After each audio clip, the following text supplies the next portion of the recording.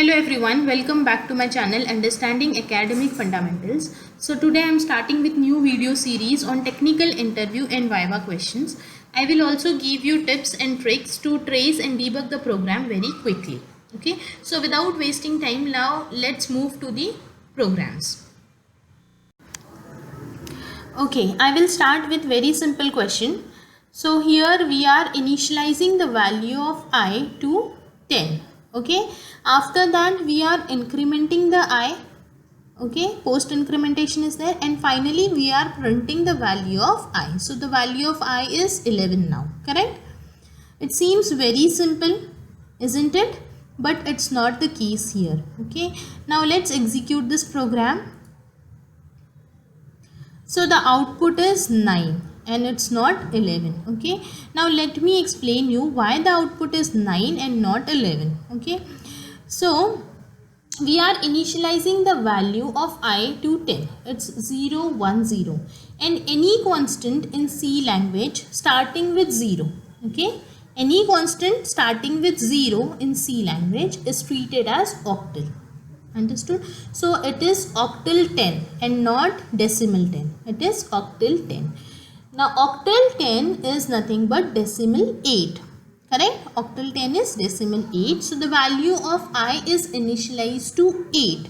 And after incrementation, the value of I becomes 9. Hence the output is 9. Okay, let's move to next question. So here in this question, we have variable I. We are initializing this variable I to 0. And we have to iterate this for loop up to 9. Correct? Now in for loop, we are printing C or C++ based on the result of if condition. Okay. Now here in if condition, we have I and 1. Okay, so this and is single and, correct? Single ampersand sign, not the double and. Single and means bitwise and operator. Okay, and we know that bitwise and operator works with binary numbers, correct? So what we have to do, we have to take each value of I. For every value of I, we have to perform bitwise and operation with 1. Okay, so see, I have written the binary numbers for 0 to 9. Okay, so if you can see here, for every even number, see, every even number, the last digit is 0, and for every odd number, the last digit is 1.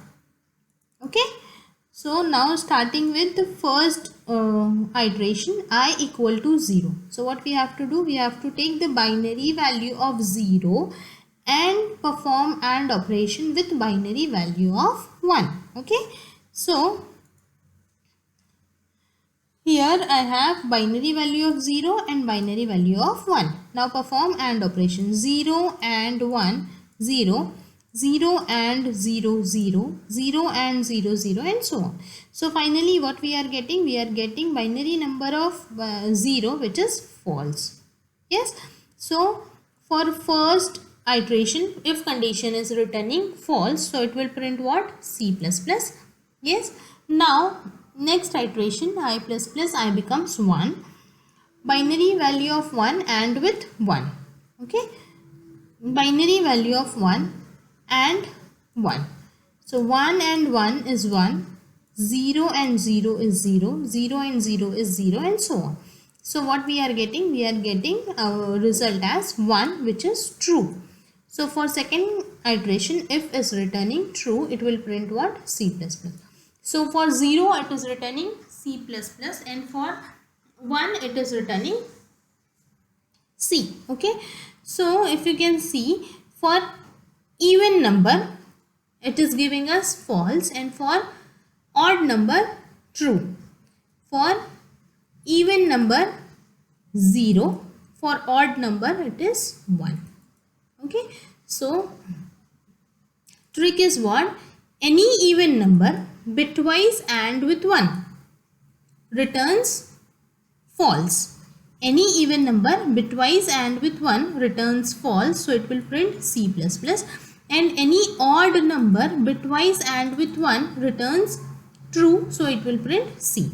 So for all even numbers, answer will be C++, and for all odd numbers, answer will be C. Okay, let's execute this. See here, for even numbers, answer is C++ because it is returning false, and for odd number, answer is C because if condition is true. Understood? This is the trick. So in many technical interviews or vivas, they will ask you to find whether the number is even or odd without using mod operator. Okay, so this is the way to find even or odd without using mod operator. Understood? Now let's move to the next question. Okay, so here in this program we have integer variable I which is initialized to 43, and in next statement we are printing the value of I left shift by 1. Okay, so left shift by 1, see here, if I apply left shift here, it will become what? 1 0, I am getting 2, right? If I apply left shift here, it will be 1 0 0, I am getting 4. Yes, if I apply left shift here, it will be 1 0 0, I am getting 8. So are you getting? For 1 left shift by 1 we are getting 2, left shift by 1 on 2 we are getting 4, and left shift by 1 on 4 we are getting 8. So it is nothing but multiply by 2. Okay, 1 into 2 is 2, 2 into 2 is 4, and 4 into 2 is 8. So left shift by 1 is nothing but multiply by 2. Okay, so now let me execute this. See here, our value of I is 43. 43 left shift by 1 is 43 into 2, and which is 86. Understood? Similarly, if it is right shift by 1, okay, right shift by 1, so what will be the output? See here, for 2, if it is right shift by 1, it will become 1. For 4, if it is right shift by 1, it is 2. Yes, and for 8, if it is right shift by 1, it is 4. So we are dividing it by 2. Okay, for 8 we are dividing it by 2, I am getting 4.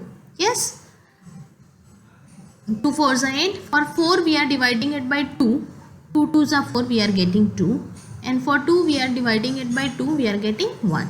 Understood? So whenever it is right shift by 1, it is divide by 2, and whenever it is left shift by 1, it is multiply by 2. Okay, now let me execute this. See, the output is 21 divided by 2. Understood? Left. Okay friends, this is the practice question for you all. Can you trace the output of this program? If yes, mention your answer in comment, and let me know if you want more such questions. Okay, and like the video, share it with your friends, share your feedbacks in comment, and don't forget to subscribe.